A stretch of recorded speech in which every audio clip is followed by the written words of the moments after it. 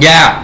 Yes, it's true. It's true. You don't have to be responsible for your prospects' emotions. I hear it all the time. Hey, I was talking to this person and they felt this way and this. And guys, look, one of the biggest mistakes salespeople make has nothing to do with objections, closing, or product knowledge. It's this. You guys take responsibility for the prospect's emotional state. Don't do that anymore. The moment someone sounds uncomfortable, the moment someone says, I don't know, the moment someone gets quiet, the salesperson panics. You guys talk faster. You start discounting, explaining, backtracking, apologizing, trying to rescue the prospect from discomfort. But guys, here's the truth.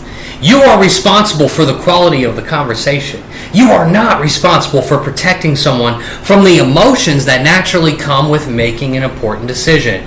So today I want to explain why. Because once you understand the psychology behind this, your confidence is going to change forever. Hey, let's jump in. Let's start with Module 1. What's written is retained. We're going to take things serious here. Hey, isn't making money serious? You need to be serious in life. So Module 1, go ahead and write this down. Every important decision creates emotional friction. So I want you to think about every major decision that you've ever made. Okay, buying your first house, getting married, starting a career, changing careers, having children.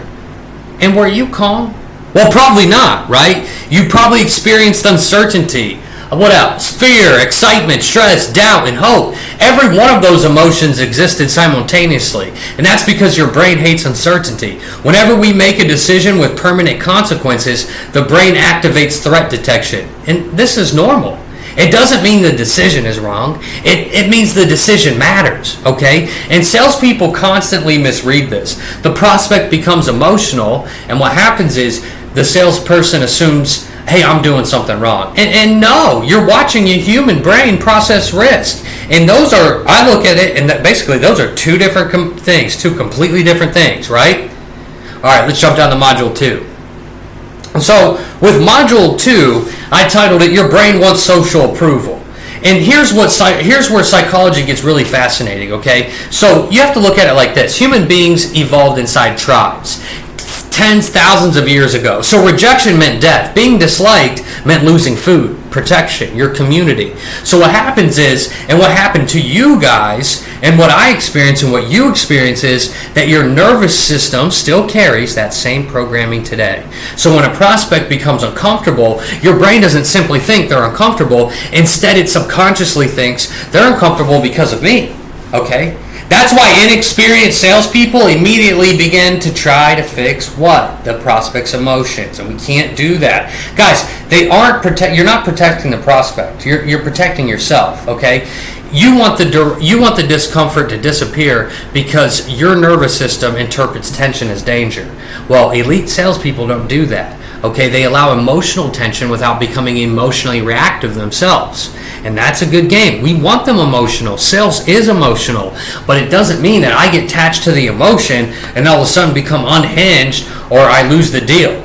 Okay, I need to always progress the deal. It doesn't matter the personality type that's in front of me. Right? Let's go to Module 3. Emotional containment is the title of Module 3. Go ahead and write that down. Okay? So one of the concepts that psychologists talk about is emotional containment. This means, and what this means, and I want you to write, by the way, when I'm writing things down, I want you guys taking notes and writing down definitions, pausing the video, and coming back to it. And what I'm saying and rewriting all of that. You got to do all the things that matter. So emotional containment means remaining emotionally regulated while someone else experiences emotion. Think about an emergency room doctor. If a patient starts crying, guys, does the doctor panic? No. Hey, if an attorney has a client breaking down, does the attorney begin crying too? No. Think about a firefighter, okay? A firefighter doesn't catch fire because the building is burning. Right? That'd be nuts. Professionals regulate themselves. Sales works the exact same way. Your job isn't to absorb someone's emotions. Your job is to remain stable enough to help them think clearly. And you got to do it on every deal. I got to be the same on every single deal. That way I can win at the highest level. All right, let's go to Module 4. And Module 4 is titled, Guilt is one of the most dangerous emotions in sales. Here's the thing. Many salespeople secretly feel guilty. If they spend money, what if they regret it? Okay? What if they're nervous? What if this is a lot for them? And you notice what happens with those kind of statements is I had a little burp there. What you're doing is you're imagining future emotions that they haven't even experienced yet. That's called projection. Meanwhile, the prospect may actually be thinking, this is exactly what I need. But because you became uncomfortable, you never asked for the sale. You robbed them for the opportunity to improve their lives. And I want you to think about that. Your guilt may actually be preventing someone from solving their problem. We can't have that, okay? I call that malpractice. Don't want to commit malpractice, do we? No. All right, let's go to Module 5. Confusing empathy with emotional ownership. Empathy is understanding how someone feels, right? Emotional ownership is believing you're responsible for those feelings. Those are not the same thing. A great salesperson absolutely empathizes every single time. Look, hey, I understand why this feels like a big decision. I can see why you would think that. Most people feel that way initially. You see, that's empathy. But here's the thing. You got to continue to lead, right? They don't stop leading because emotion showed up. Leadership isn't removing uncertainty. Leadership is helping people move through uncertainty. Okay? I can't take someone's fear away, but I can get them over their fear, right? And how do I do it? With good language. And that's how you need to look at it. The better I could communicate, the better results that I'm going to get. All right, let's go to Module 6. The neuroscience of decision anxiety. Hey, the prefrontal cortex is responsible for reasoning. The amygdala detects perceived threats.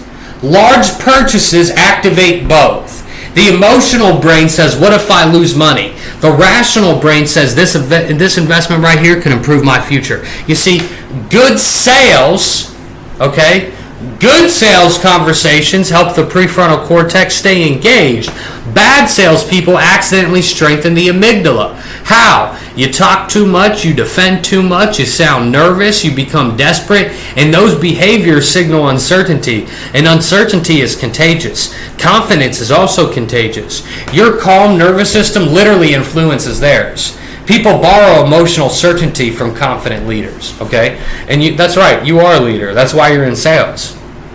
All right, Module 7, the savior complex. Some salespeople develop what psychologists call a savior complex. Okay, you guys believe I have to make this easy. I have to remove all fear. I need to make them feel perfect before buying. Well, guys, that never happens, okay? Nobody feels perfect before making a meaningful investment. There's always uncertainty. The goal isn't eliminating fear. The goal is helping someone make an intelligent decision despite fear. That's maturity, okay? Let's go to Module 8. Hey, silence is not failure. Prospects often become quiet, okay? And when that happens, salespeople assume, oh no, right? They hate this. Okay, they're going to say, no, I'm losing them. And no. Silence just means they're thinking.